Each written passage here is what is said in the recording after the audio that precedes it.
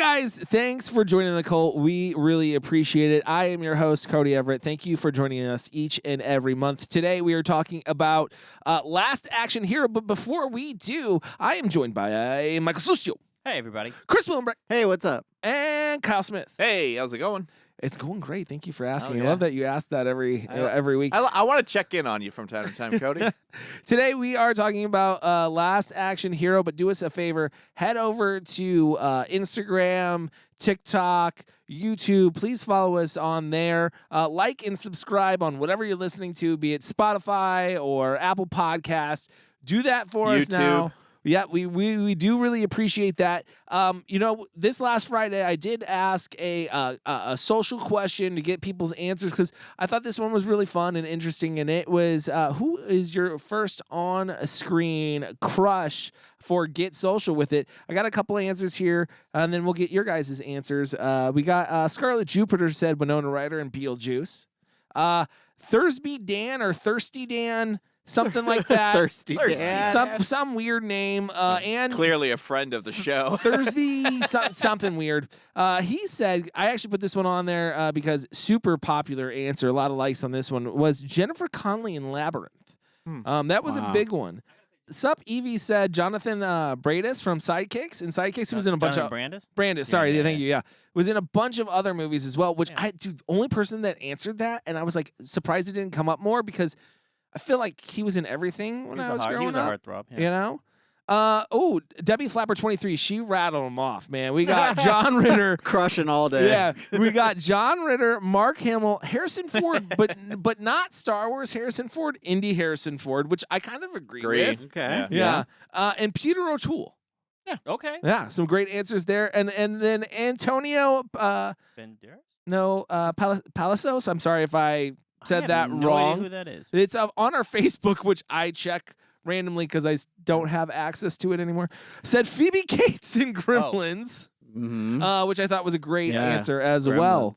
I'd love to hear, Mike, your answer. You did answer on Instagram. I did, and I'll answer again. So when I was a kid, especially after just watching The Wizard, I used to like walk around the house being like, Jenny Lewis was my girlfriend. Like, literally, like I had such a crush on Jenny Lewis. She was like my age, like it was just like, and she was like everywhere. Like you would see her everywhere. And she was in The Wizard too, right? She was in The Wizard and Troop Beverly Hills are the two like films that I think she's most known for being in. But before that, I mean, she was in every commercial too. She's in a lot of like toy commercials and like I think Neutrogena commercials. I can't remember or something like that. But yeah, and still a huge fan of her today. Love her music. I've seen her in concert a few times. My wife's a huge fan, which makes it a lot easier. Yeah. So it's like it's weird that like Jenny Lewis has like been a constant in my life even into my 40s.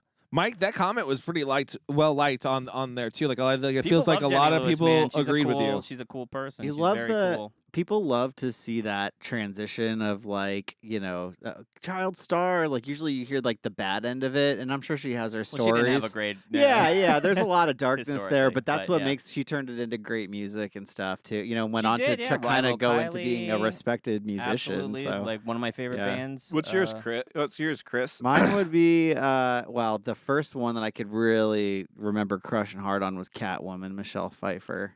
Oh, yeah, That was on my list. yeah, that was a bit. I remember Thanks. being like, "Oh my god!" Like I don't remember what I was thinking at the time, but I knew I was like, I liked it. I have the same answer, but my delivery's less weird, creepy. And was there another one you had? I liked it. I remember like crushing on the redheaded lady from Edward Scissorhands that played Joyce. Okay, I remember. Yeah. Okay. Yep. I'll go next. So I answered on social media as well. Mine was Christina Ricci in Casper was a big one for me because like Casper and Addams Family was all around the same time, and we were like close in age. So I think that played a big factor in it as well. Like, and then just following her whole career, still crushing even today. So that's followed. And the reason I asked this question too was because in rewatching this movie, I distinctly remembered as a kid crushing hard on Bridget Wilson. Brigitte Will. Yeah. From Billy Madison. Oh yeah. Like crushed hard on her in this movie. Totally. Like, yeah. Yeah. Because we'll get into this when we get into this movie and stuff like that. This is like, her first role, right? Yes, Yeah. I was very much like the kid in this movie, imagining myself in this movie. Kyle, what about you?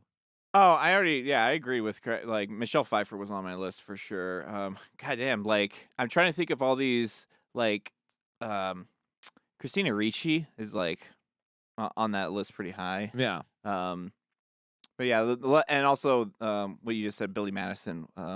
What's that actress' name? Sorry, Brigitte Bridget Wilson. Is it Bridget or I don't know. We're gonna I go with don't know. Bridget. Brigitte. I think I might have been pronouncing it wrong this whole time. I thought it was Bridget. I thought it was Bridget I thought Wilson. it was Brigitte.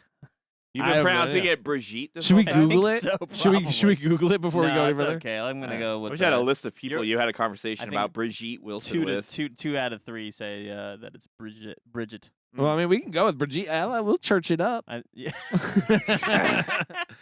All right, guys, this is Last Action Heroes, directed by John McTiernan. It was written by Zach Penn, Adam Left, Shane Black, and David Arnoff. Starring Arnold Schwarzenegger, Austin O'Brien, Charles Dance, F. Murray Abraham, and Tom Noonan. It came out in 1993, had a budget of $85 million, made a box office of $137, had a rating of PG-13, currently sits at a 41% critic and a 48% audience score on Rotten Tomatoes. This was my pick. Cody, why'd you pick Last Action Hero? I'm glad you asked. So it was, some of you may remember, again, if you follow us on social media, I do some crazy stuff sometimes. And I just put it up to our audience of two movies that I was struggling to pick because I wanted to do action. I love action films. It's probably my favorite genre. And we don't do a lot of them. And so I thought I want to pick it. It was between Drive Angry and Last Action Hero. And Last Action Hero whooped up on Drive Angry, which will still come along at some point.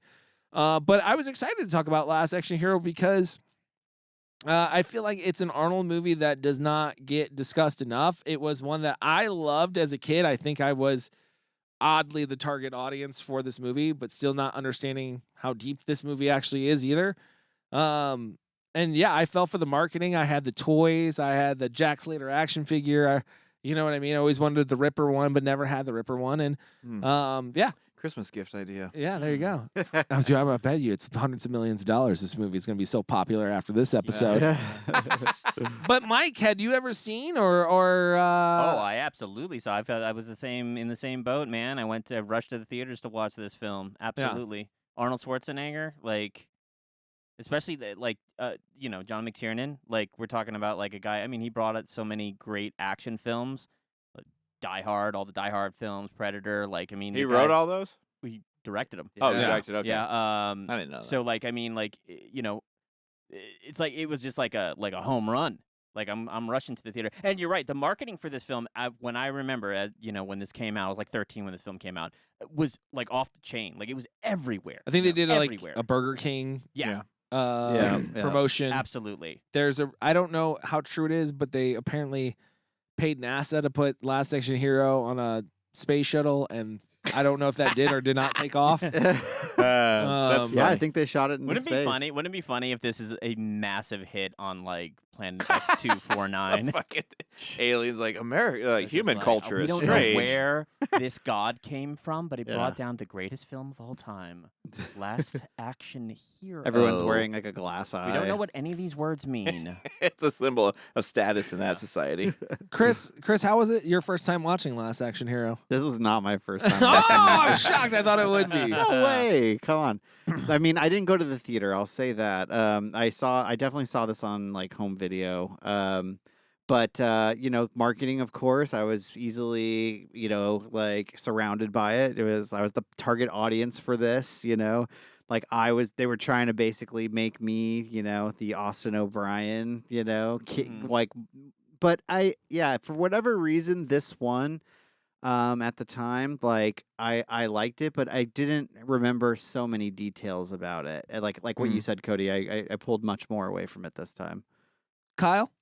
Yeah, I mean, this is not my first time watching it. I think I saw it in theaters, but I don't really have a strong, distinct memory. I will say that my memory of this film was very wrong from what the film actually was. Like, I thought the Ripper had a much larger, like, I thought the whole movie was about him way. fighting the Ripper. So there is a lot of first time, and then a lot of the subtext that I just was not old enough to understand. Now I really picked up on this time around. Something about we're still plugging in that trend of sad. I don't know if this is a kids movie, but sad kids movies. It's PG-13, Yeah. I mean, I think it was like definitely geared towards. I mean, it's definitely geared to me. I was 13, Right. so Yeah. perfect timing. For that, it's just I don't know. All right, guys. Well, it's time for everybody's favorite part of the show. It's time for Plots and Shots with Mike.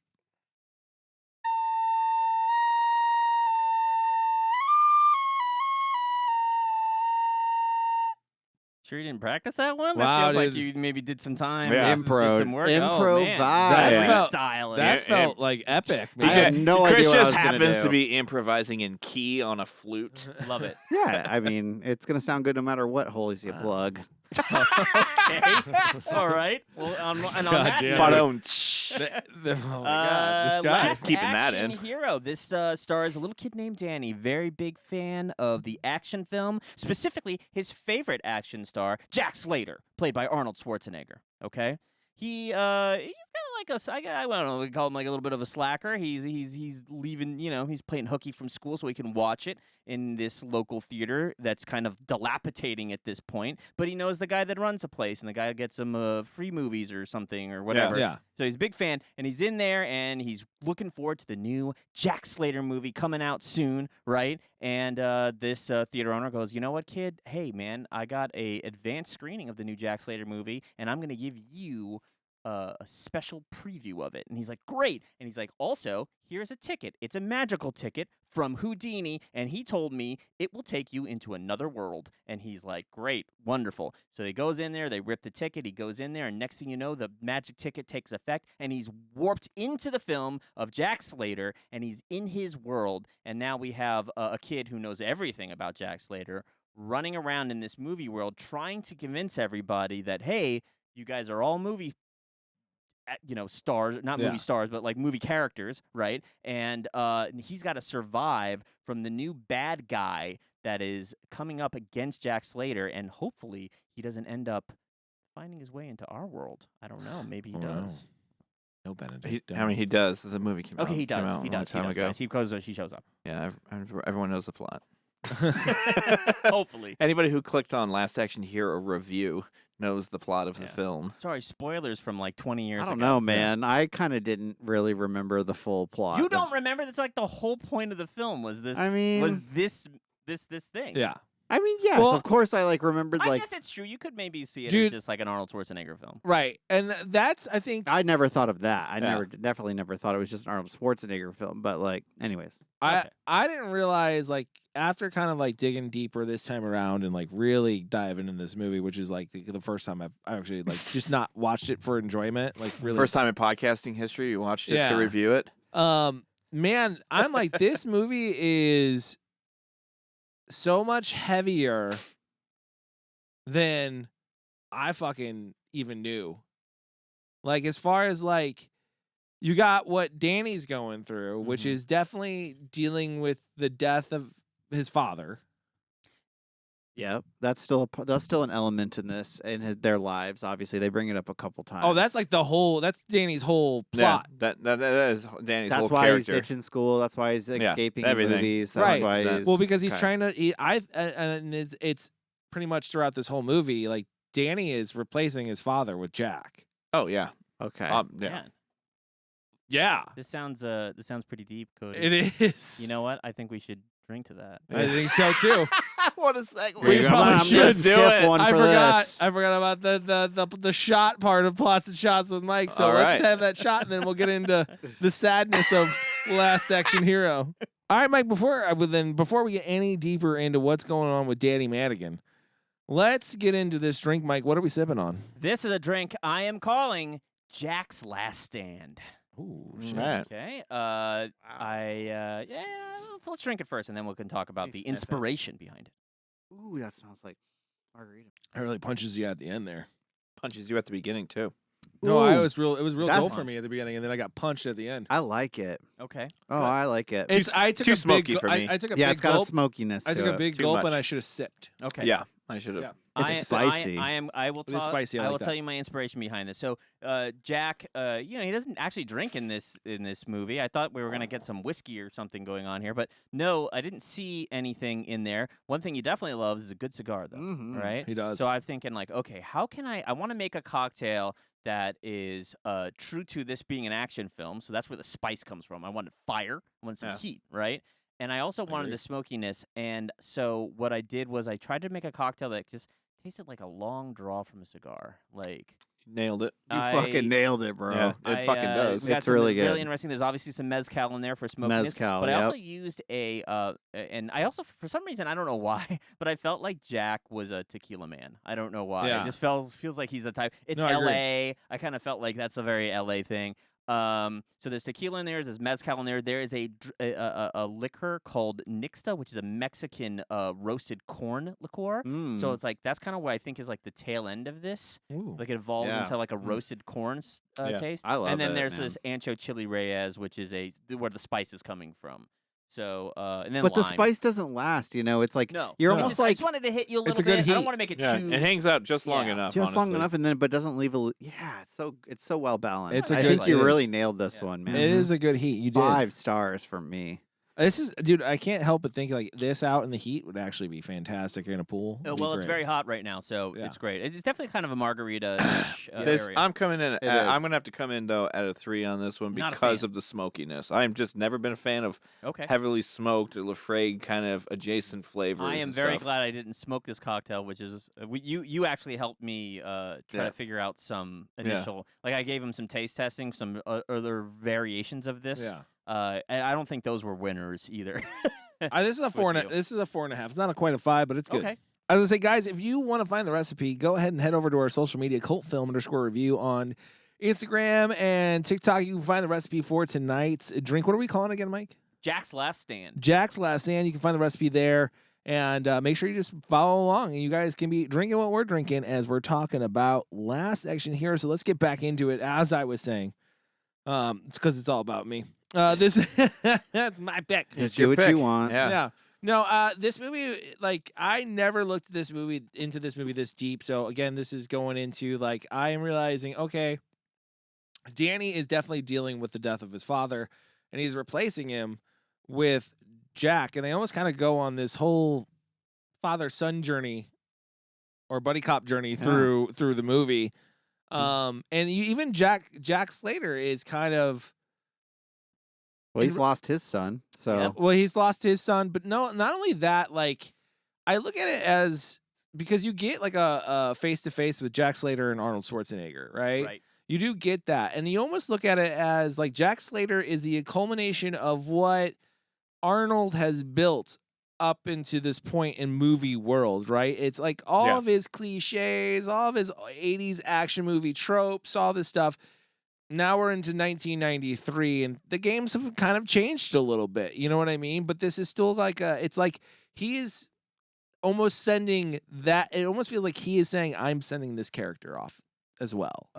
Yeah, I mean, Just and seems there's like- definitely allusions to that within the film that this is a film franchise. This Jack Slater franchise Mhm. is something that is suffering from sequelitis. Like, the fact that the joke is that he killed his favorite second cousin. Like Right. they've ran out of Yeah, people that it's he like could care jumping the about. So shark they're or literally whatever. just Yeah. trying to find new ways to shoehorn him into some sort Which of also- conflict. Right. I'm glad you brought that point up too, because to me, I don't know if juxtapose is the right word, but the flip side of it Mhm. on Danny's part of that is also like I'm looking at it too as like an audience member of action movies, and you're right. Danny's like he's like they killed his second cousin, and he's like, oh, they're in so much trouble. I'm like, yeah, that's fucking me sitting there. I'm Yeah. the same way. It's like. It doesn't matter what the story of Fast and Furious is. I'm gonna go fucking see it. Like it doesn't matter if they launch him into space and it's so fucking stupid. Right. So it also kind of I feel like is saying something about the audience as well at that time. Like the audience is getting, as Danny does throughout the film, more mature. Mhm. Yeah. Like we need more substance than just blow them up, bang bang. Right. It's kind of like, so it's this weird, crazy fucking journey with these two characters that you can read really deep into if you want, or you can just have a fucking blockbuster Hollywood fun time with it and say it's a kid's movie. Fuck it, let's rate it, man. All right.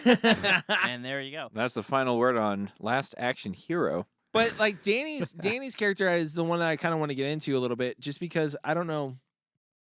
Rewatching this again, it was definitely like a personal thing for me, and the fact that like I'm watching Danny go through this, and I'm relating this to when my parents got divorced, and that I didn't so much not what I did with movies, but not so much as I did with wrestling. Did I kind of replace the father figure in my life with Stone Cold Steve Austin and Hulk Hogan, the NWO, through that time in my life, and I could really relate to this character in the same situation, as far as like he is going through this loss, and he's latched onto this Jack Slater character as a role model in a way of like what a man should be or is. Yeah, and just. I don't know if you guys have any thoughts on this. I mean, I think that there's a lot of death plays a pretty prominent role, or at least I should say loss, right? Sure. Plays a prominent role. There's a theme in it, and not only in just like Jack Slater's son dying in the first film or whatever, or is it the third film? I don't actually know. It is the third film that the third film. The son last dies. film is where he took on the Ripper, and the Ripper. Because the movie opens with his son basically dying. It's the end of the third film. It's the end of the third film. Okay. Jack Slater film. Yep. And his own father passing away, but then there's other little things off to the side that are passing away. Like the theater that he goes to is this rundown theater, and it's being taken over by this multiplex, like an AMC or a Lowe's or something like that. And like I feel like it felt really relevant nowadays, because we're seeing kind of like theaters kind of taking like a downturn lately, for digital or even VOD, and it does kind of feel like some of the stuff from our childhood is dying. And I feel like in this film, Danny is existing in a world where he's watching like his classic theaters kind of dying off, or a more big budget corporate kind of look. So I don't know, like it's really interesting that it's a transitional time for Danny, right? Like, and it's transitional time for everybody. I mean, even Jack Slater at this point, even though he doesn't quite know it because he's a movie character.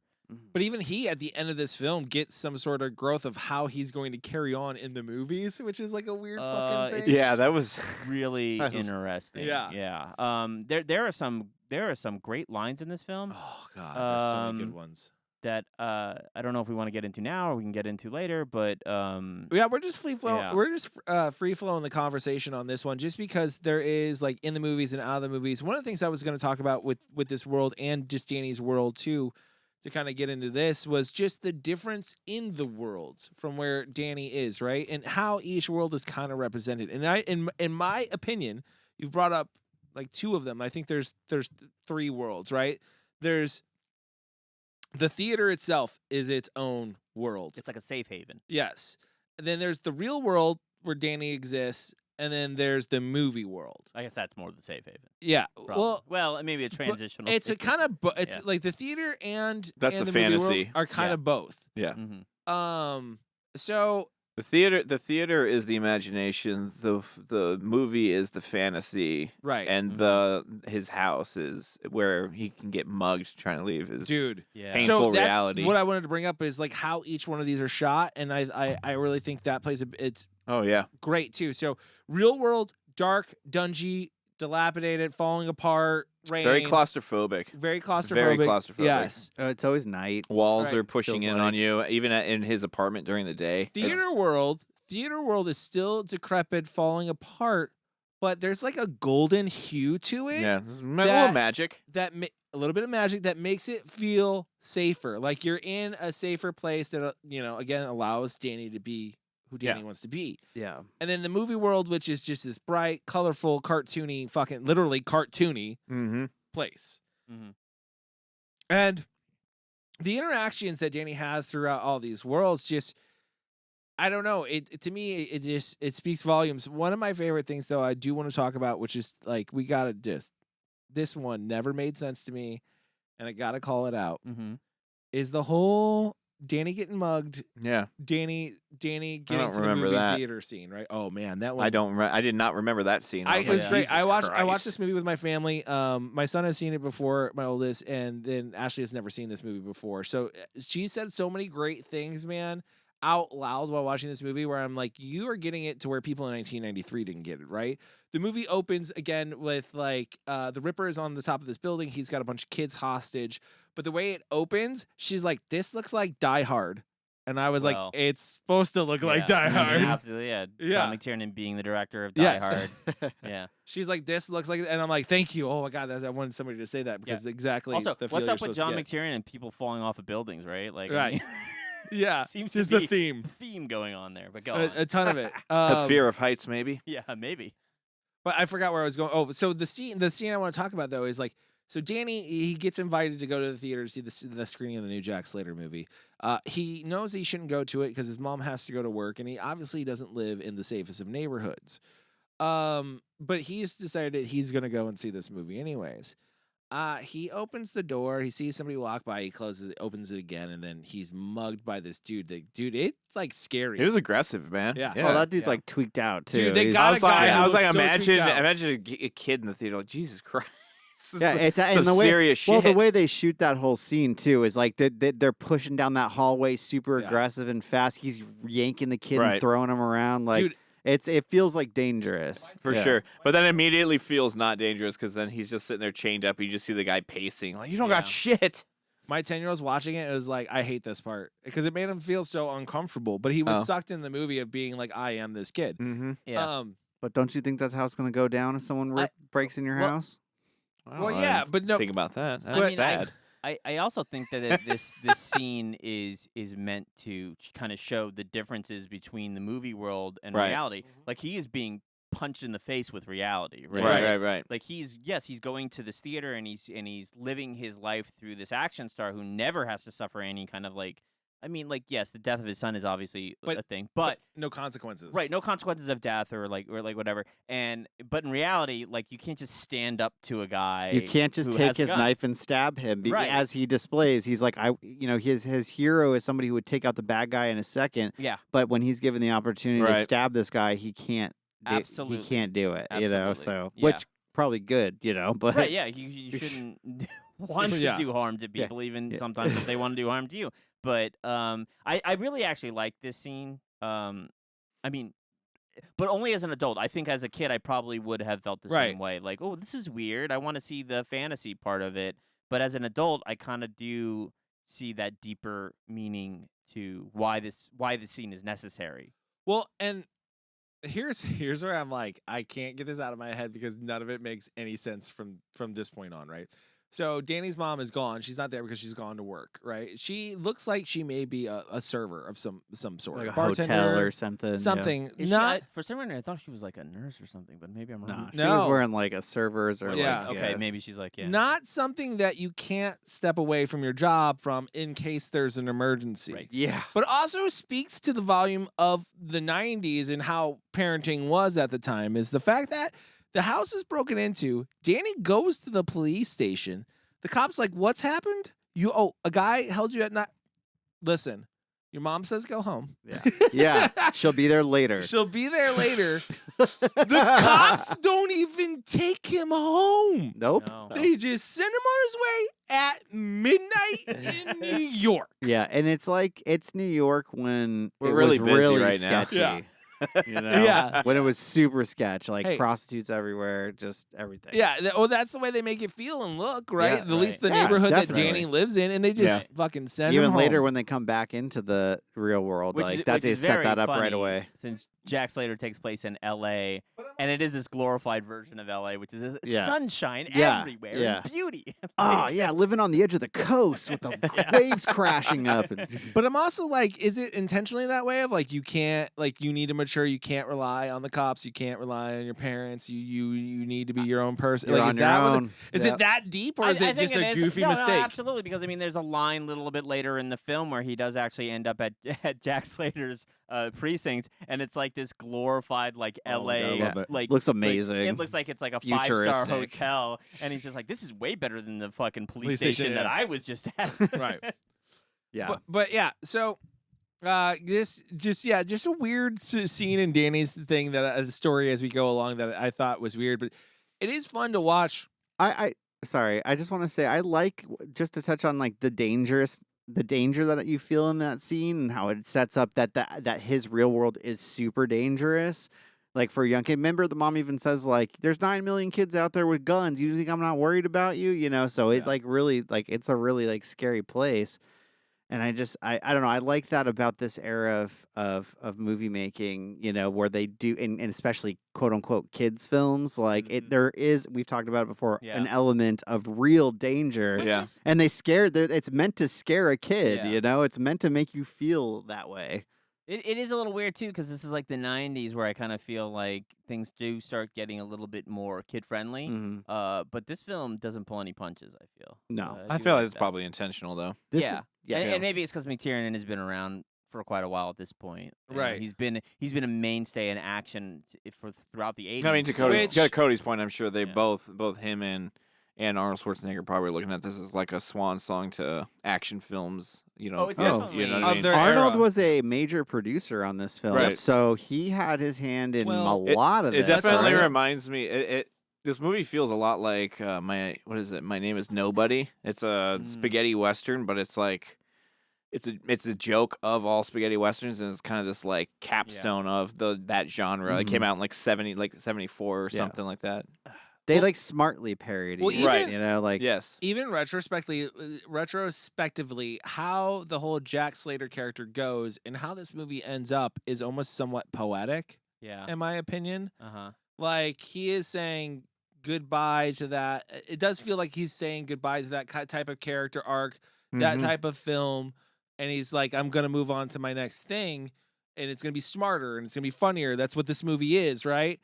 But this was a huge bomb for Arnold. I mean, it was a fairly decent one. Yeah, I mean, it's also like the start of the decline of his box office pool. He never really recovers from being. When was True Lies? True Lies was after this film. Yeah, like 94. It was a decent, like it was a hit, but it was not anywhere near to the box office that he was pulling before.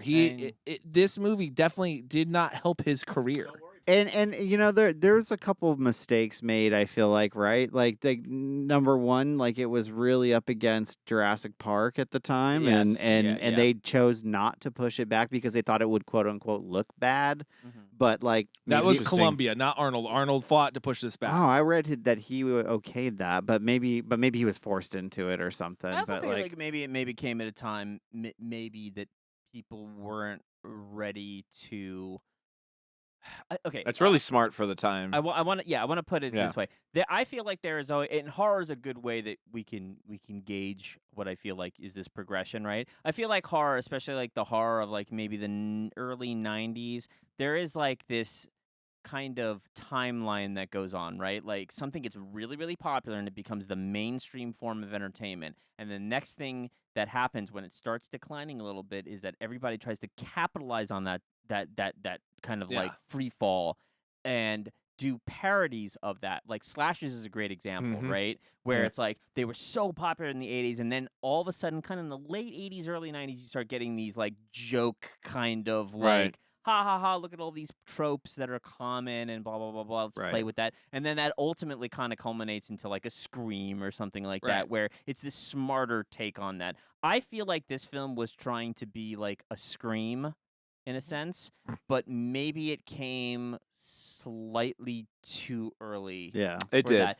What I do want to say is that I thought it was very interesting looking at that Shane Black was somebody that was brought in a little later to this, because 2 years before this, he did a film called Last Boy Scout, which was very similar in terms of tone in this. Like Last Boy Scout is about kind of like these action film tropes existing. Like there's all these jokes about. I've never seen it. I've always wanted to see it. It's got Bruce Willis, right? I would highly recommend that film, right? Because it is this kind of joke on the buddy cop comedy, right? And they even make constant like points to say like, oh, you gotta have a cool tagline if you're gonna hit somebody or punch somebody. Like they make fun of action films, and it is a trope that he kind of invented with Lethal Weapon. So I feel like McTiernan is doing something similar here.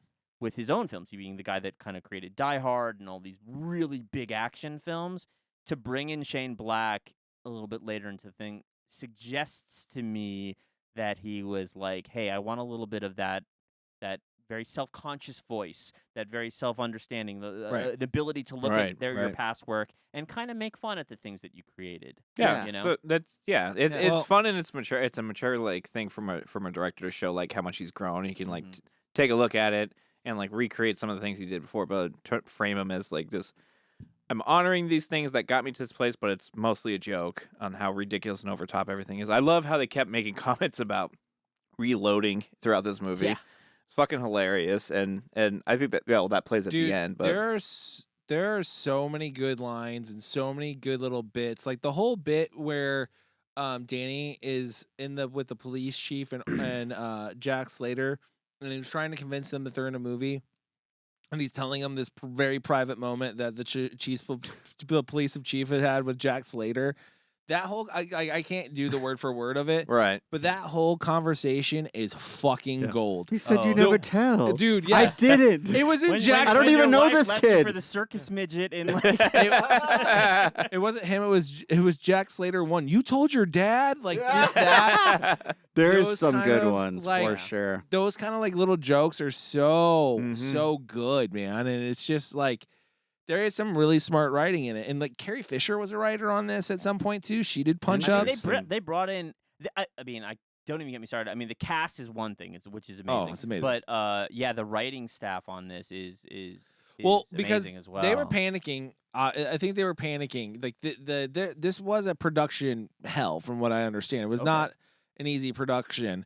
Like to the point that this movie was literally being edited up to the week of release because it went to a test screening and fucking did terrible. And Columbia freaked out because they didn't want to change the fucking date.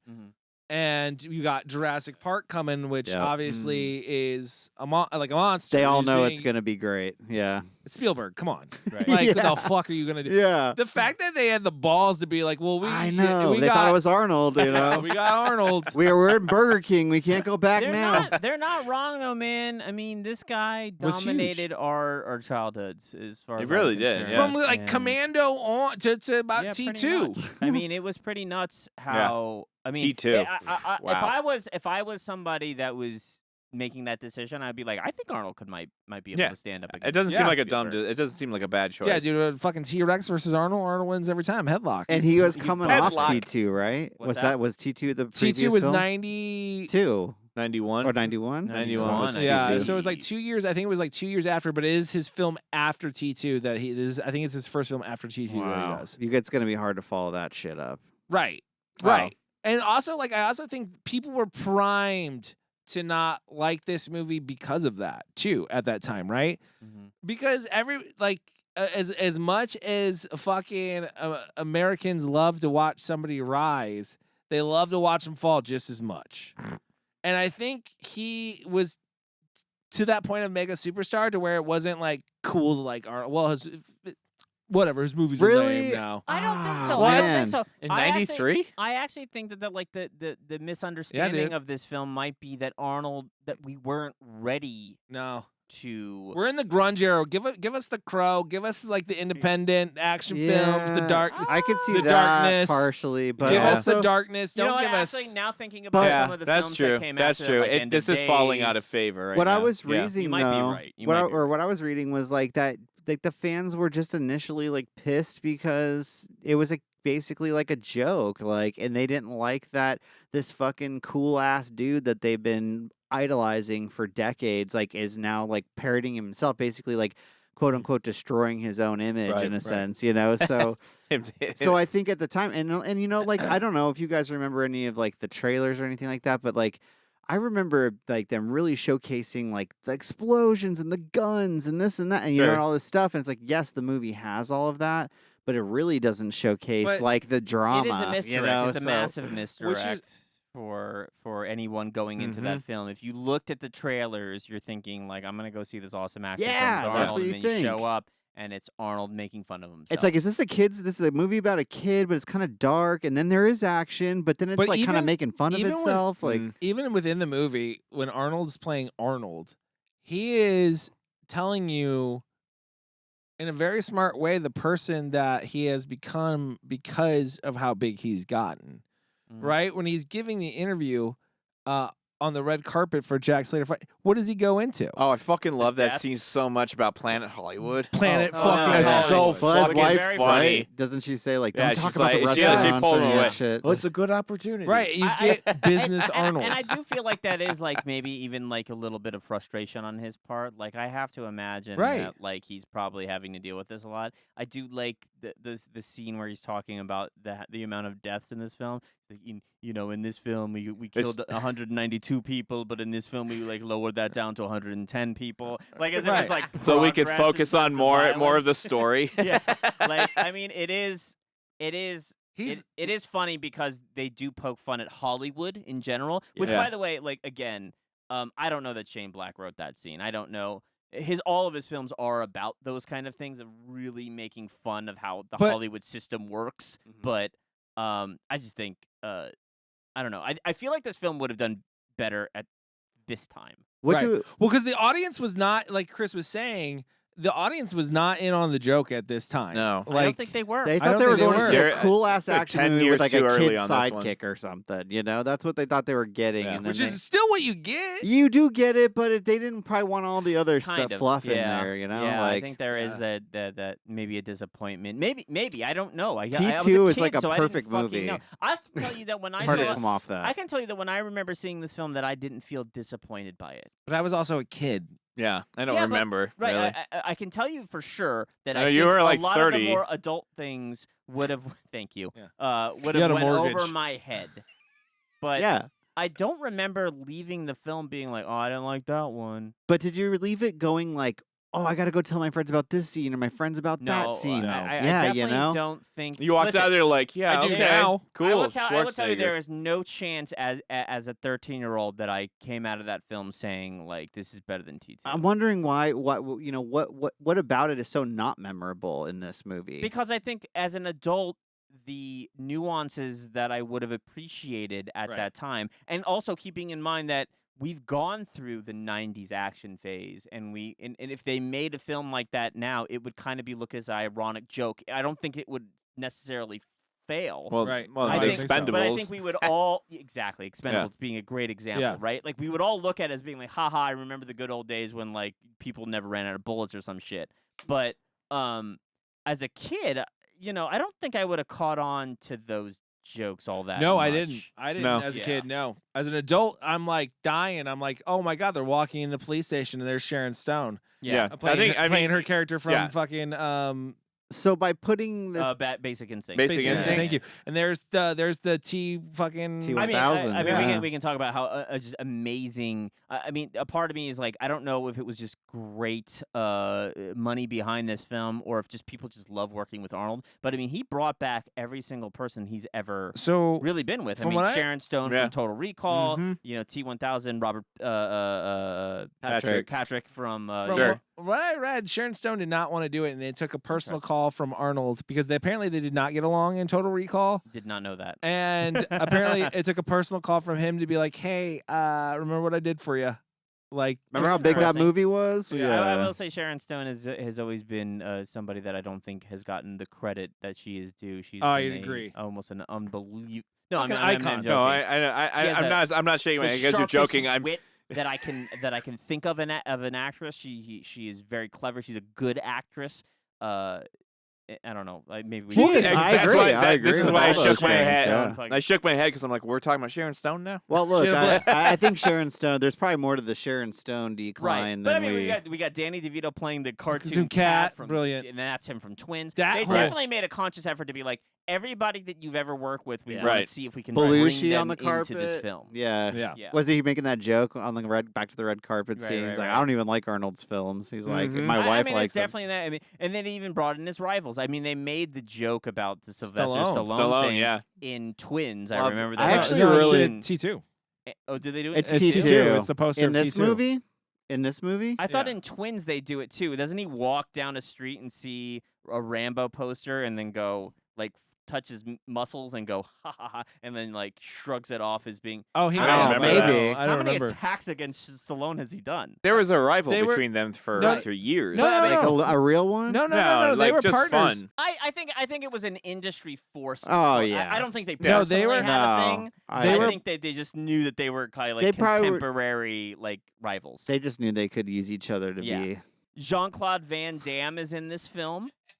He's in this film, and Yeah. and he's the hot action star at this time as well. Right, he is huge. Like at they this bring time. in everybody. I mean, it really does kind of. I mean, it is an homage to Arnold Schwarzenegger, and I have to imagine that all of them kind of know that. Like, yeah, I mean, Schwarzenegger really did help us dude. carve out this genre and become stars in Yeah. this genre. Of in course. their own You right. got to Also- know it by now. Also, as you're saying though, too, like the fucking. I mean, you gotta have some big balls and ego to be like, yeah, I'm gonna make a movie about me being. No, Don't that think- sounds fun. I don't think it's ego. I just think it's. I actually do think. I feel like Schwarzenegger thought this was a looking fun back script. on his career. I actually don't think that. He's- I think it's actually is a pretty grounded understanding of your own I think he's the.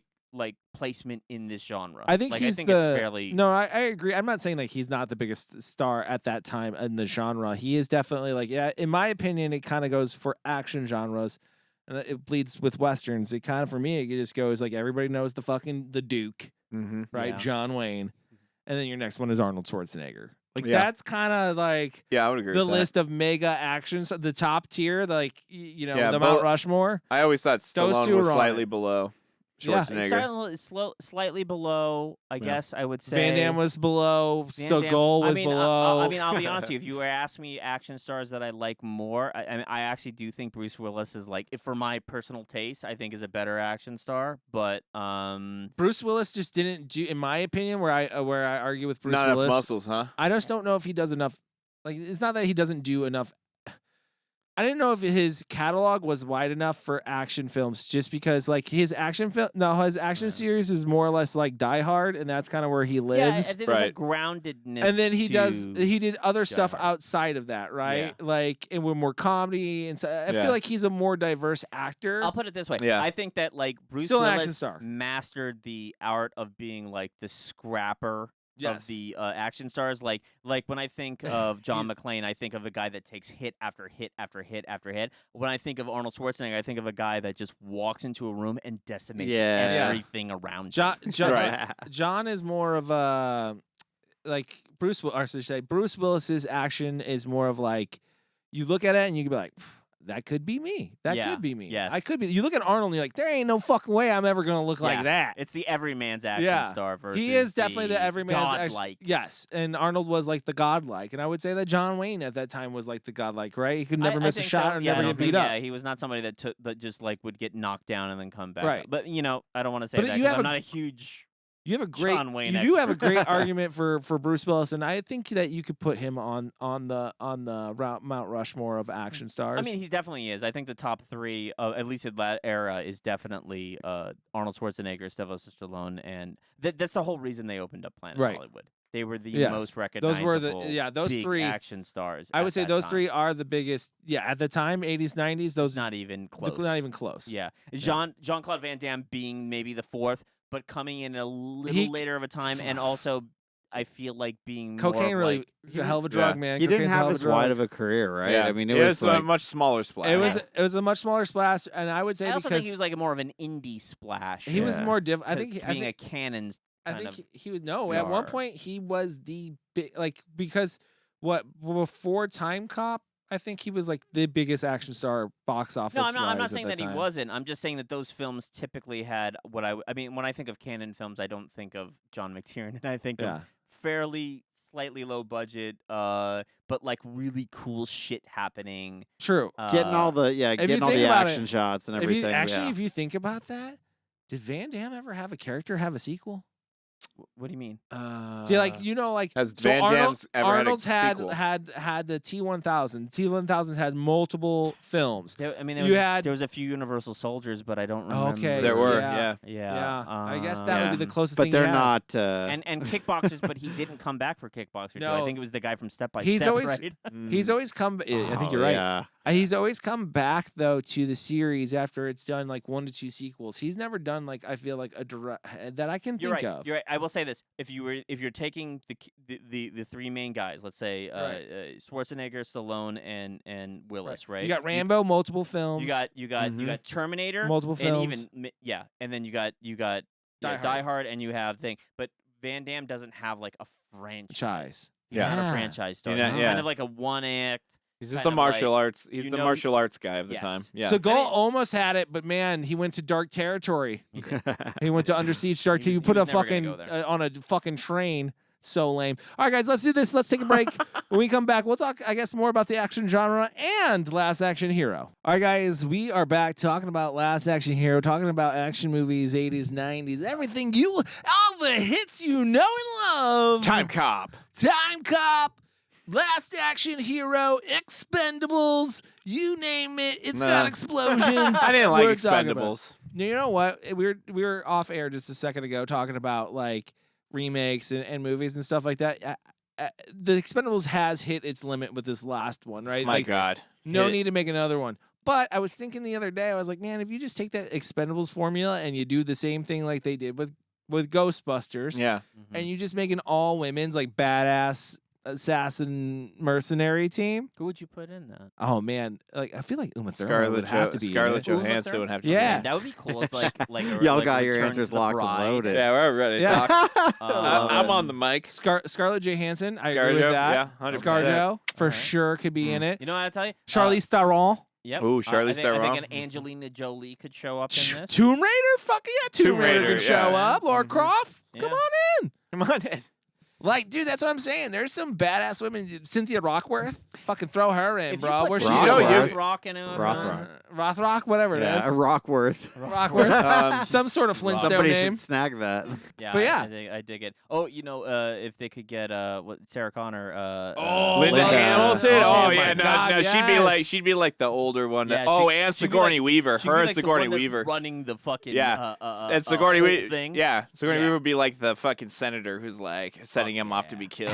Fuck yeah. Yeah, dude, you gotta get I like got it. Vivica A. Fox in there. Lucy Liu. Vivica A. Fox. Oh, yeah. Lucy Liu. Lucy Liu. Drew Barrymore, throw her. You know what? All the Charlies Angels. Yeah, All the get them all Charlies. in there. Throw Get them them at all. Pam Fuck it. Grier. Put Pam Cri- Grier's got to put have Crispin something in there too. Dude, Michelle Pfeiffer, throw her in there too. Meg Ryan, throw them all in, dude. Fuck it. Fuck it. Throw them all in. I want to see them all. Yeah. I want to see So, them all. A Demi female Moore. assassin She wasn't Expendables. G.I. We Jane. yes, dude. We just talked about Sharon Stone. Throw Sharon Stone in there. Come Sharon Stone on, would be man. awesome. That'd be fucking awesome. I'd love that. I'd love to see something like that. Dude, yes, that would be amazing. Get on it, Hollywood. Get on it. Whoa, yeah. Original ideas over here, you know? But yes, let's get back to another original idea. Last Action Hero. Yes. One of the things I did want to talk about, which is one of my, I think, my favorite performance and one of my favorite characters in this movie, and that is Charles Dance performance as Benedict. Benedict is fantastic. great. He's cold-blooded. He is, Dude. he's hilarious and interesting, and like I love how much he fucking hates his boss. It's like such Yeah. a great running gag.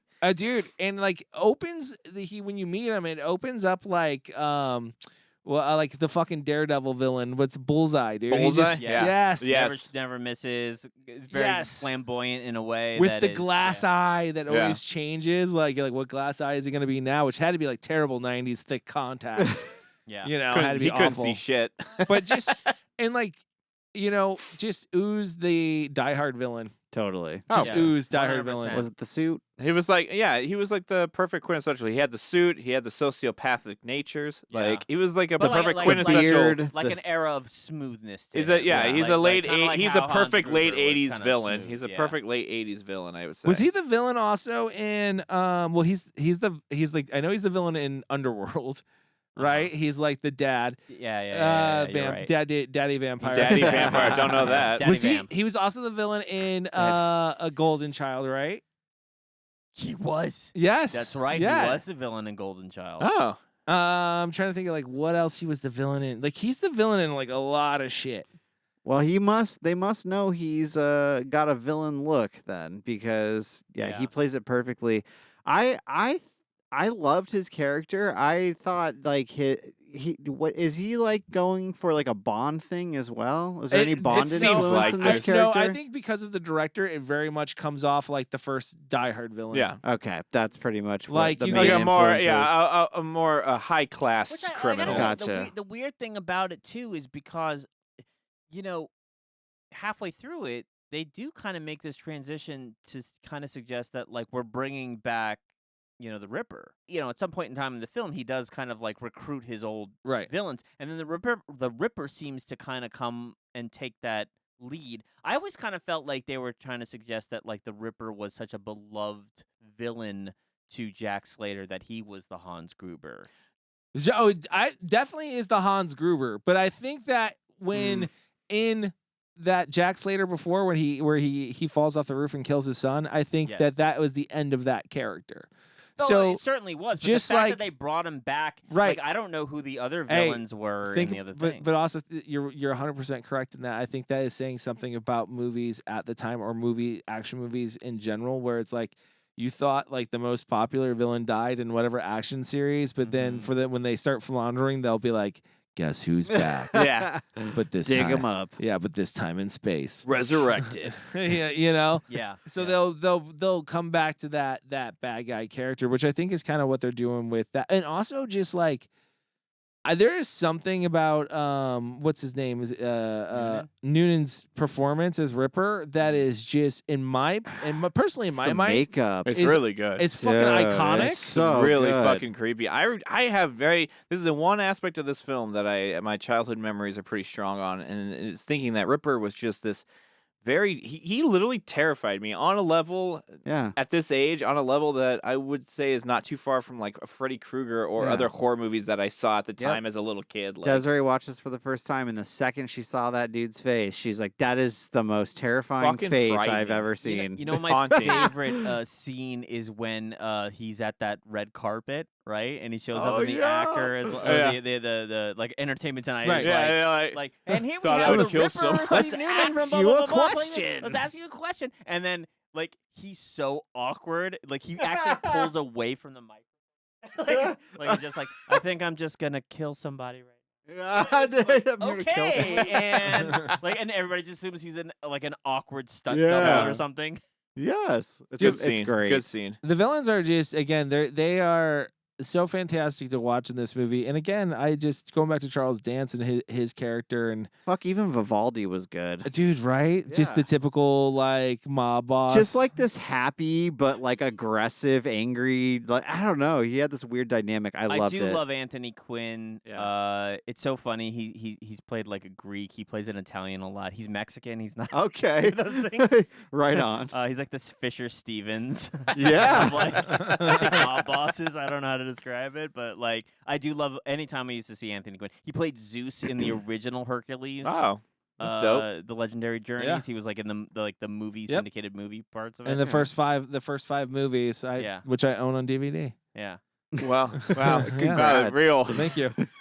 No, thank you. No, I appreciate that. I know, but as another villain, great flex villain. They don't come in the complete series set. You have to buy the individual seasons that came out in the early 2000s. I believe it. It's I get it. It hasn't been converted to Blu-ray yet, huh? No, it has not. Wild. Well, I think it's because the star of Hercules, The Legendary Journeys, is not well liked anymore. He doesn't have that universal appeal quite as much. Yeah, and I gotta imagine also that those effects, those UPN effects, are probably not quite as UPN. Good in 4K. Yeah, remember UPN? Yes. UPN 45. Of course. Woo! Okay, so just like Freddy Krueger, we talked about Ripper being related to Freddy Krueger. Right. It's also Benedict you can relate to Freddy Krueger, right? Mm-hmm. Why? Because just like in Freddy Krueger, we are bringing the villain into the real world. Oh my god! Okay. I see that. Yes, we are. I see Yeah. You know, We what I aren't mean? bringing him, but he finds his way. Not to mention the fact that like he also he's the perfect villain for the grand master plan of this idea, which is like he gets into the real world and he realizes like Right. He's too smart of a gotta say, villain to be dropped into our world. I love his immediate understanding and ability to adapt to his environment. Like, he shows up into real life New York City and he just like shoots somebody. Yeah. And he's waiting for the cops to show up, like, as an action Oh film. my God, great scene. It's such a great scene. And then his immediate thought process is just like, well, fuck, I can run this town. Yeah, no all one cares. I just need to do is grab all the great villains from all. I have this ticket now. I can pull from any of these guys, and these people are so merciless. They will run roughshod against this entire fucking world. Because nobody gives a shit about justice. Well, there's literally people walking back and forth as he's like, I killed somebody on purpose. Yeah, I love it. Shut the fuck up! Yeah. Trying to sleep, buddy.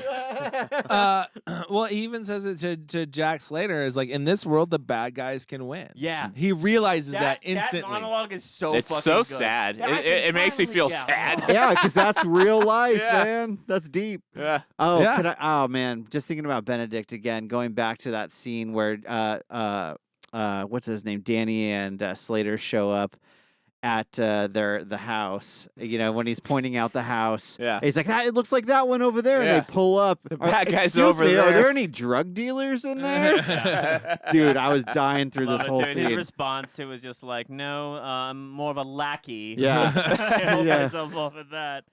Two things. I'm gonna break your. How are you gonna do that with your thumbs broken? Like, dude, shit was so fucking The good. chemistry that Arnold has with Austin O'Brien in this film is awesome. I mean, it's so much based on that Austin O'Brien is playing all of us as kids watching this film.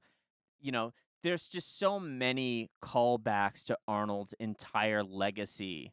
Like the whole part where he's just like, I'll be back. You didn't know I was gonna say that, right? Yeah. Like, you always. Of course say I that. did. Of Yeah. course I knew you were gonna say that. Like, there's just so much of it. It is like an Arnold fans movie, and it's just like self-aware of the fact that it is, Yeah. right? Yeah. What's that that? he knew that his legacy at this time, and I don't think it's egotistical. I just think it's just like very self-aware. to He me. got the script and he was like, "That's my life, dude. Like, Yeah. let's go." You know, and he felt really passionate about this one, which makes me kind of sad that it did.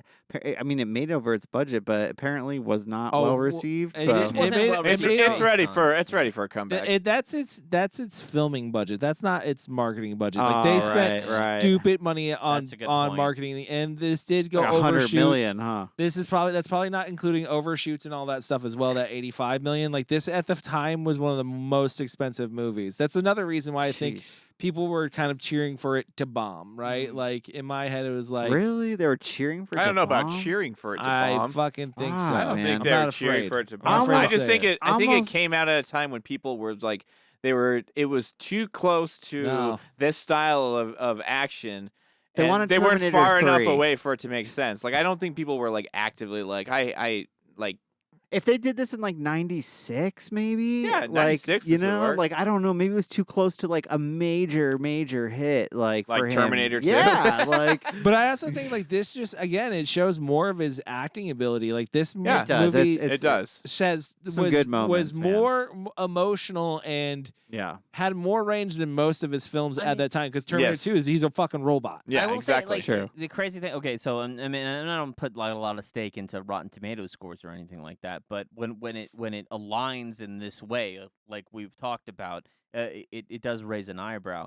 41% from critics, 48% from audiences. Right. So rotten on both accounts, which I think is to me very surprising because I would think that like, I mean, looking at it now, I look at it this as like.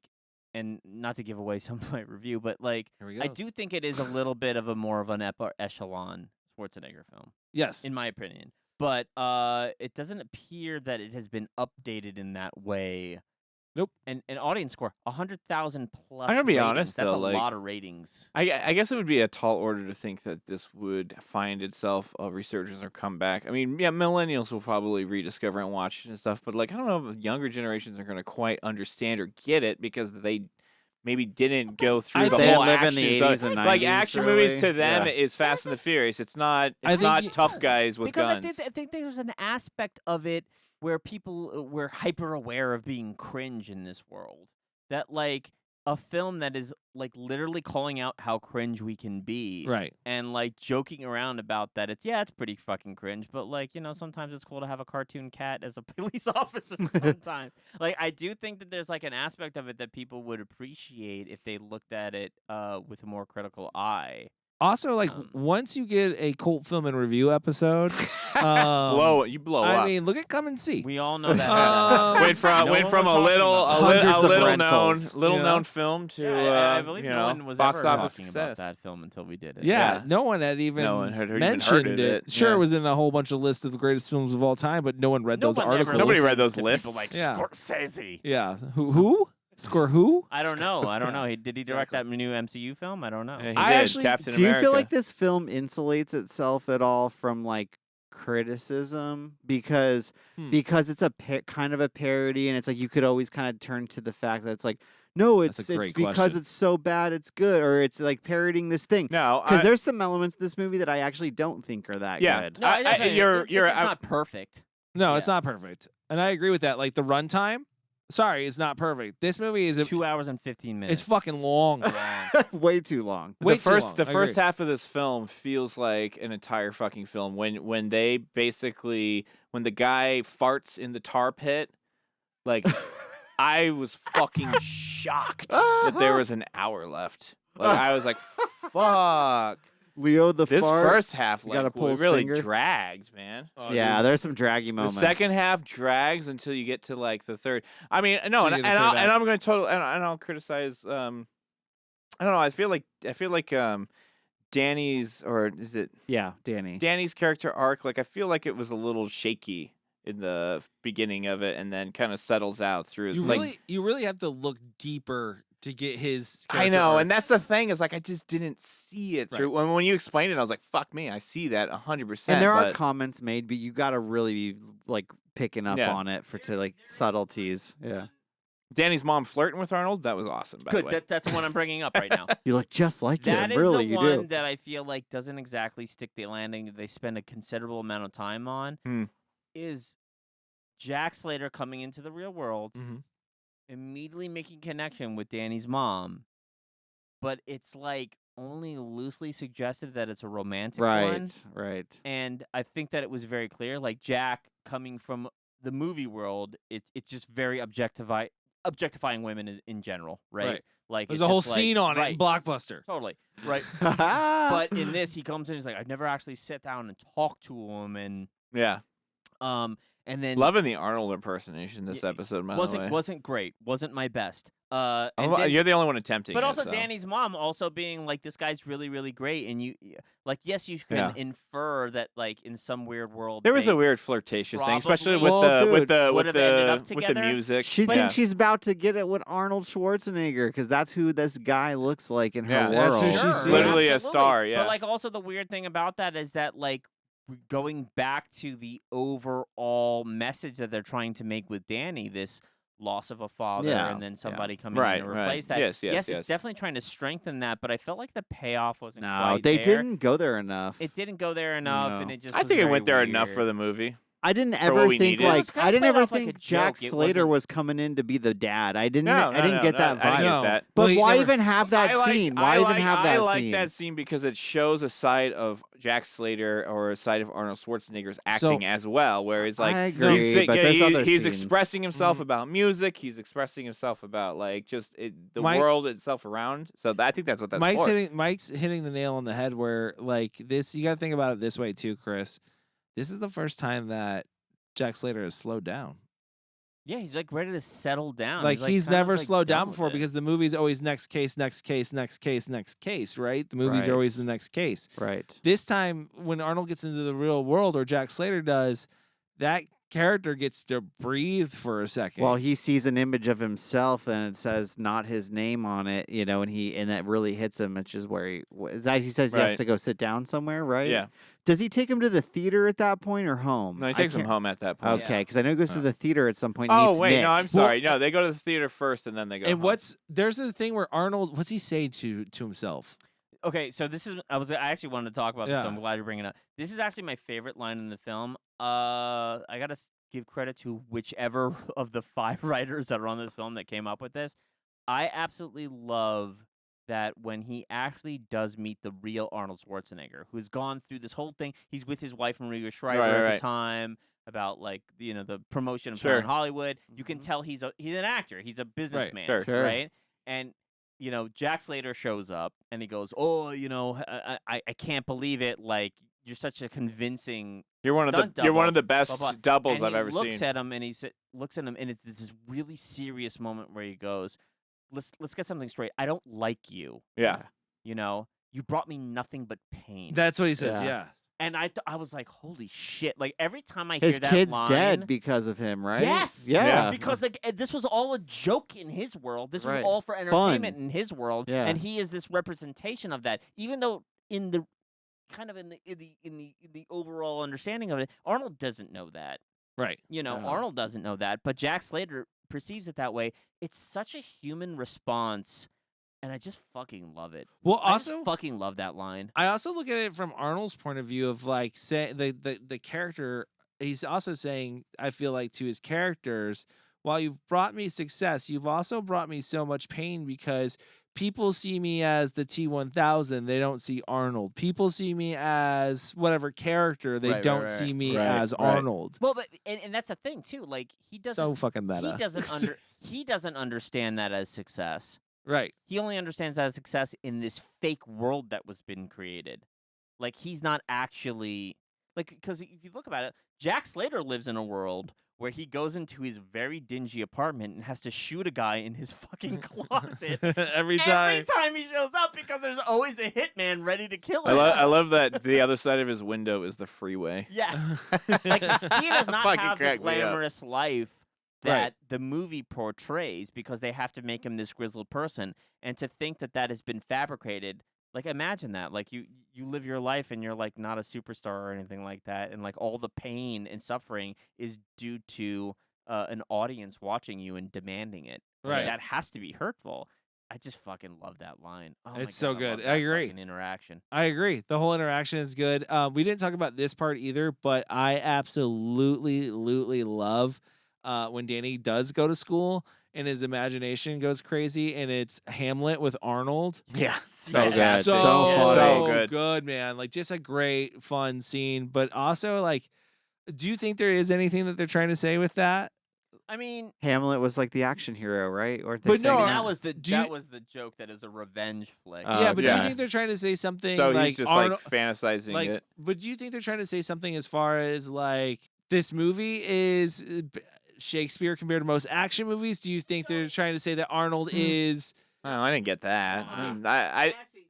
I think the answer what Chris gave real quick is the Hamlet was the action kind of. I think it's just like a little of that era, and they're just like playing that up just and kind playing of up the fact layering that it in Danny is just kind of so in his head and into Jack Slater. He's just putting him everywhere. Conscious film. Isn't he also going to go see the movie after school too? So he's probably like fucking jacked up thinking about Jack Slater 4. What could that be? I'm going to agree a little bit with what you said because I do think like, and there is a running theme. Not running theme, but like a running kind of like thought process that like, like we all look at Shakespeare as being like the like this very like erudite like kind of like thing. But like at the end of the day, like if you listen to like his history, there's a lot of times where he was just like, I just think explosion equal cool.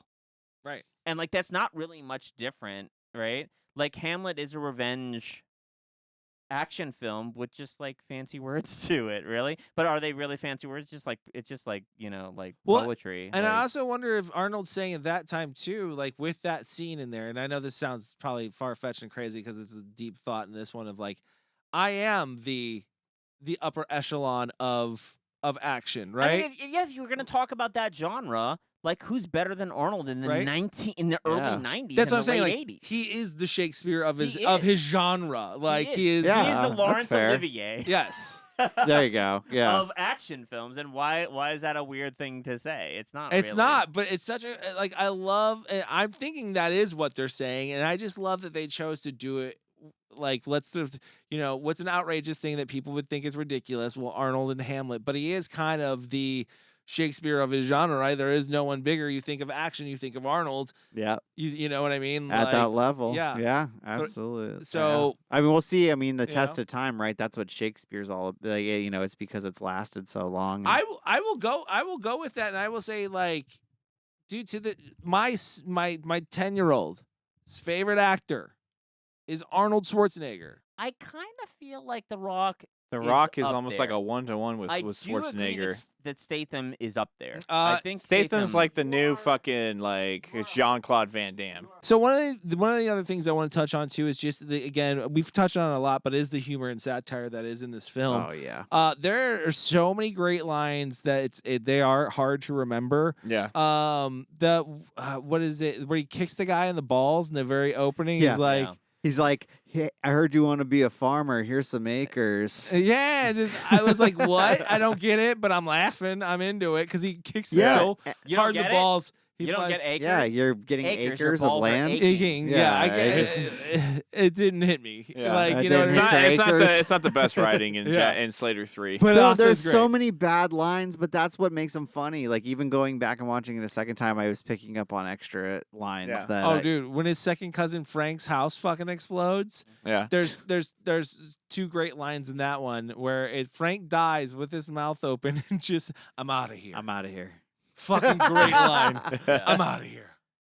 And then the other one is after the house explodes, you have the guy in the tree who says yeah. the freaking line from Lethal Weapon about retiring and like I had 2 days left or Yeah. whatever it is. Again, a really weird thing because even in last Boy Scout, there is a scene where like his house blows up and like you think he's supposed to die and all these other cops die instead, but like He's there. Bruce Willis survives somehow.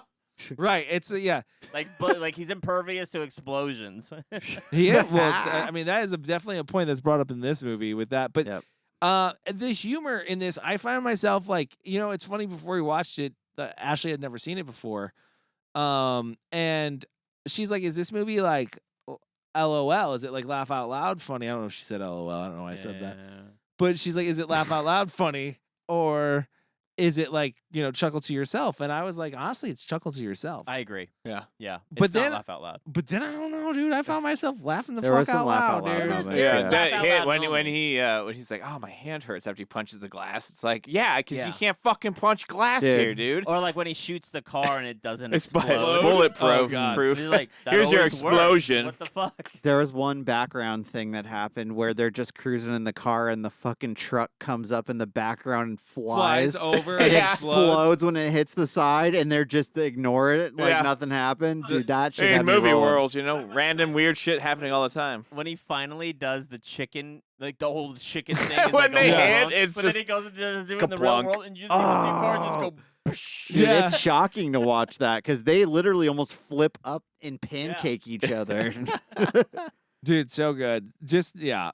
You know, They have some good surprise elements in this movie. Yeah, the comedy side of it was I think the shine was one of the most well developed, I would say, of like Yep. of the different elements of this movie. okay, so let me ask you this. So, and well, because this is kind of leading into ratings.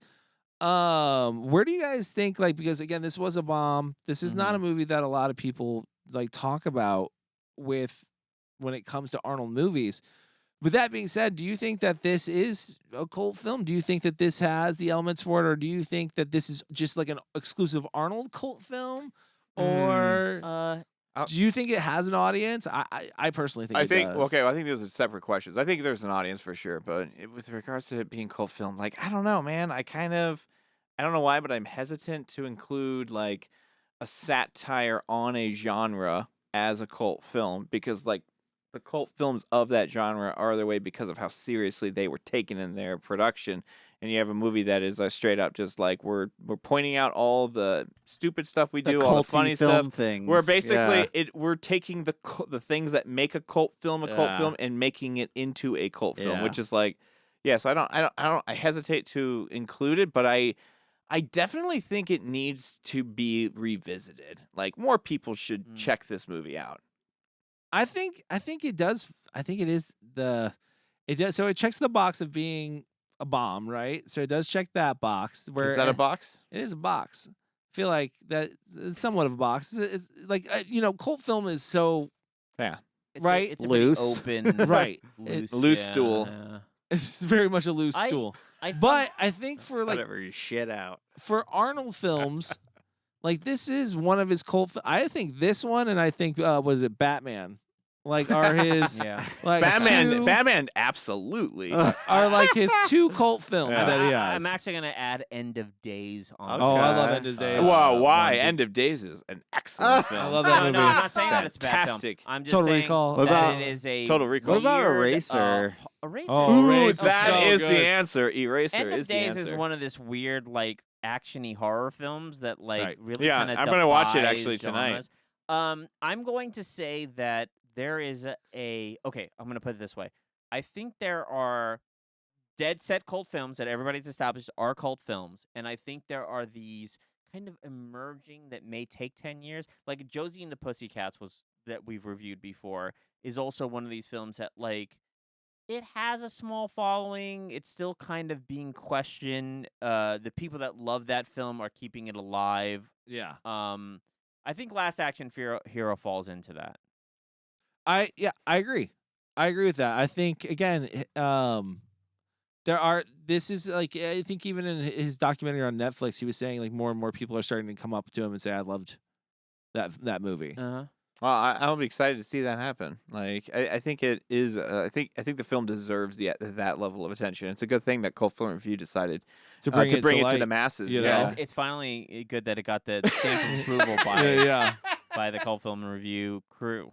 I mean, we carry so much clout. you know? Yeah. Yeah. I mean, The cloud is huge. Yeah, it's Finally, huge. I'm sure. I I'm mean, expecting that call from Arnold any day now. saying thank It's you. a bountiful amount Thank of clout. I'm pretty clout. sure they're gonna put it on the cover. I Yeah. think it could be a cult film because there's a Oh, yeah, lot to Chris. latch onto. Is he here? Does Chris want to answer? Chris, what did you think? Yeah, there's a lot to latch onto in this movie. I think like there's very memorable characters. I think that there's very memorable dialogue. Like, yeah, you're gonna have to watch it 3 or 4 times to like catch it, but you can do that with this movie. Yeah. And I think it's not like you said a perfect movie, but it has the status.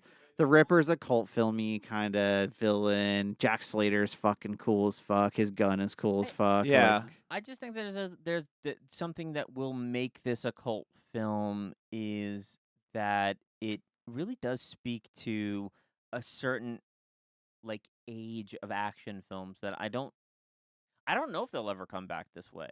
Well, Like we have action films. We have our John Wicks right now, which I would say is where, but they always more grounded, kind of like they have that like old boy kind of like. That's why I long, don't think drawn-out this would be a action cult film. Sequences very highly. It's not like a guy walks in, blows up a whole thing, and has a quippy fucking Yeah. phrase Well- anymore. It's more like, oh, the choreography plays a very large part in how he's viewed as a badass. Well, and our heroes get beat up now. Yeah, Yeah. they get beat up really, really heavily. Yeah, They're our not hero- invincible. They're not bulletproof. Our heroes did not get beat up in those days. No. Yeah. Like, I don't No. think Yeah, they were Steven Seagal has superheroes. ever One-man fucking armies, lost a fight. but not scrappy. They Right. were very, Mhm. like impervious to them. Right, well, because they were the smartest and fastest and strongest of Yeah. whatever branch of the military they retired out of. Yeah. with a weird exception to John McClane, Who's which just I a cop. think is kind of yeah, like a but I little bit mean, is more he like that. really just a cop, or is he a cop from New York City? He's just New York City, man. Shit, dude. good point. He's from New You York got me City. there. And that Come changes on. everything. All right, guys, what do you say we rate this Mammer Jammer? Rock Sure. and What do you roll. want to rate it there, Cody? I think we should rate it Rippers. Rippers? Yep, Okay, cool. because that's just that sticks in my mind the Love most. it. Let's start with Chris because he loves it. Starting with Chris because he loves it. This one's a tough one for me. Oof. It's tough because I feel bad going middle of the road ish on it because there's so much to love, but I do find myself saying, what am I latching on to with this movie when I watch it? And I do think it comes down to it's a kind of a offbeat Arnold film, and it is nice to see him kind of paired up with a kid, in a fun action movie that definitely delivers on a lot of the action. Like they don't let up on that. You get funny action, you get serious action, you get goofy like slapsticky like concepts. you're jumping back and forth between all these different worlds and stuff. So you get so much packed into this movie, although it does run pretty long. And I wasn't totally sold on Austin's performance, Danny Madigan. Yeah. I wasn't totally sold on him. I don't want to blame him entirely, honestly. Wow. Shocking. I don't want to blame him entirely. I think it could have been a choice of editing, honestly. Like some of the cuts and shots that they showed of him felt very theater and very just unnatural, and not unnatural in like a fun way, more in like an inexperienced actor way. Yeah. So I just didn't absolutely love him, although he like looked the part for I know what they were marketing towards at the time, the 90s kid. Yeah. Anyways, I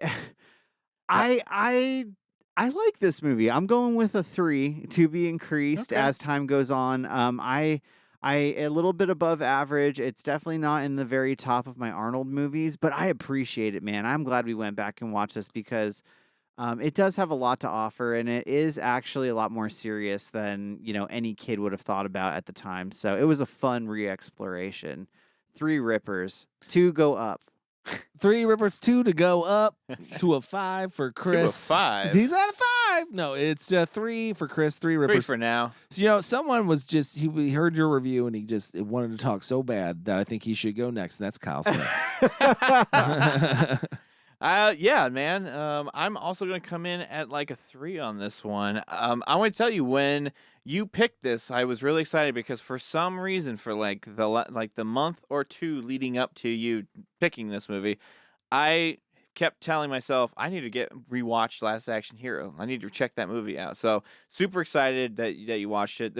I truly treat this kind of like my first time watch on it because I learned as watch this movie that I don't remember a lot of scenes other than a big bubble in tar, which means fart. A fart and tar fart, and then the Ripper at the end, like falling over the edge and getting electrocuted and shit. Overall, yeah, it's a super fun movie. It's a well written and fun satire on the genre.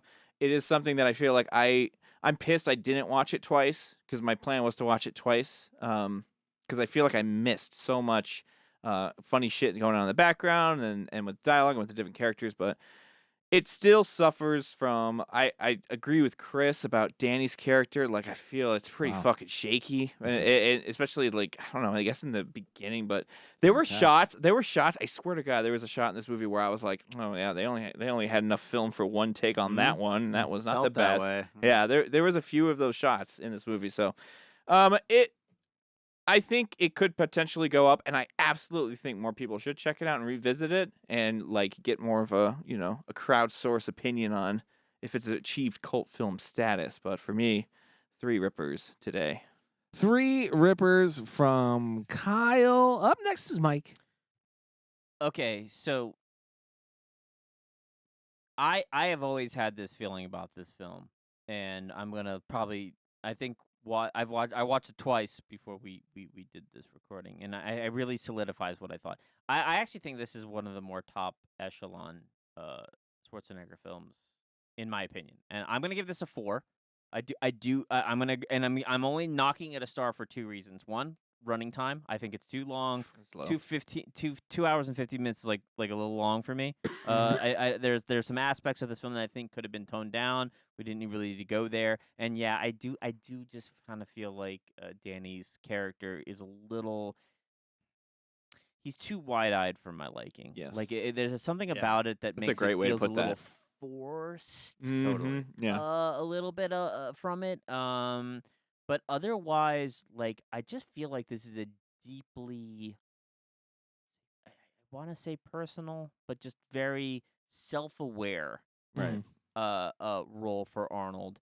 I don't think it's the first time he's done it, though. I do think the Kindergarten Cop also kind of hits that. Like, there's an aspect of that film that also kind of plays like, I'm an action star, I'm this big personality, I definitely feel like it shows off his comedy chops, and maybe that's another thing where I'll knock this off a little bit for that star is I don't think it's quite as powerful as showing off Arnold's comedy chops as say a Twins or a Kindergarten Cop. Yeah. Okay.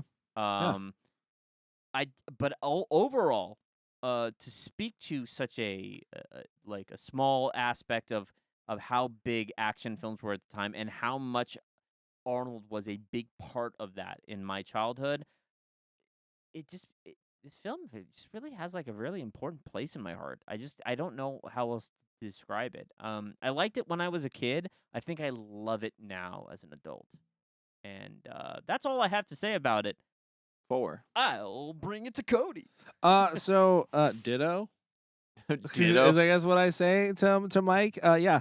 One thing I will say is I do look at this movie through nostalgic eyes. I have a special spot in my heart for it as well.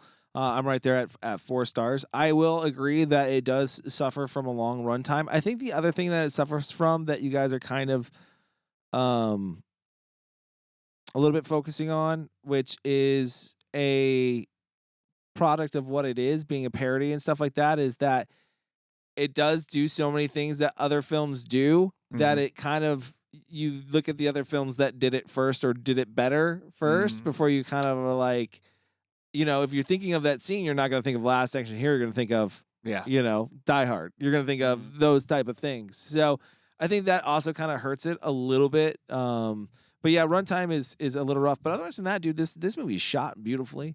It's fucking funny. It's Danny's not, in my opinion, I don't think Danny's bad. I think he's just as good as any fucking kid actor at this time. Like, who are you going to replace him with that's going to be better? Culkin no one was up for it. He would have been just as the same. Maybe. I don't know. Just the same. That's why I put that disclaimer that I I think it could have been got more editing meta with it. choices. Culkin would have been a bigger star, and I think Culkin would have been more meta about it. You put Macaulay, you put Macaulay, and you put Arnold on this versus Jurassic Park, then I think you really do have a chance to run against it. Yeah. But He was doing The Good Son. Yeah, he was doing that great movie, The Good Son. That's a good movie. The Good Son? I haven't seen it in a while. Yeah, I like that movie. I don't know. It's just a bad I remember scene, it being but- creepy Yeah, it and is, weird, but it is like got like a eerie vibe I to will it. say that it, when it he has shoots- a weird when gothic. he shoots with that dog. That's the Oh, that's second first. thing. That's Yeah, fucked that up was scene. fun. That's a. Anyways, Yeah. that's another review. He throws maybe. it off Yeah. the. Where does he throw off the? There he goes. Never mind. Let's go on. Yeah. So but otherwise, I watched this with my family and had a lot of fun, man. This movie is just fun, and that's what I appreciate about it. Like I said, again, nostalgia probably plays a lot in this. I had the action figures. I do have an attachment to this film, so that probably plays into it. But I'm at a 4. I had a lot of fun with this. I movie. really wanted the action figure, but I never got it. Oh, dude, I did. The I had Ripper one, I wanted. No, the I Ripper want the one Ripper so bad. fucking Never got that one, but I had the Jack Slater with the red shirt, the jeans, and the Yeah. snake boots. Dude, I want his gun. Like I want to own that Oh, gun. Desert Eagle. Yeah. Like a 50 caliber. All right, guys, that is our show for this month. Thank you so much for joining us. We really do appreciate it. We do have a shout out to give. We did have a We didn't even review. do the shout out thing at the beginning. We either. didn't, do Yeah, we? well, we doing it now. Doing it We're now, doing it baby. now. Shout out, Okay, cool. I didn't know we had a Oh, shout okay. out. I'm actually not gonna. I'm just gonna use you for now on. I will go ahead and read this one. This one is from John G. It is 5 stars. Nice. Said, glad to have you guys back. Better than ever. Loving the show. Again, maybe leak the drinks with Mike's drink ahead of time so I can be better prepared to join in the first time, which, guess what, John? We're working on that. Yeah, I'm gonna try to do these. working on that. These cocktail We're working on videos that. a little earlier and maybe a little longer. John says, Working on that. I'd Yeah. give you 10 stars if I could. Oh, cool. Says, keep it up and don't change a thing about the show. Except for when the drink videos come out. Oddly, it says, weird. It says, if you We're change, working on it. John says, if you change something about the show, I will find you.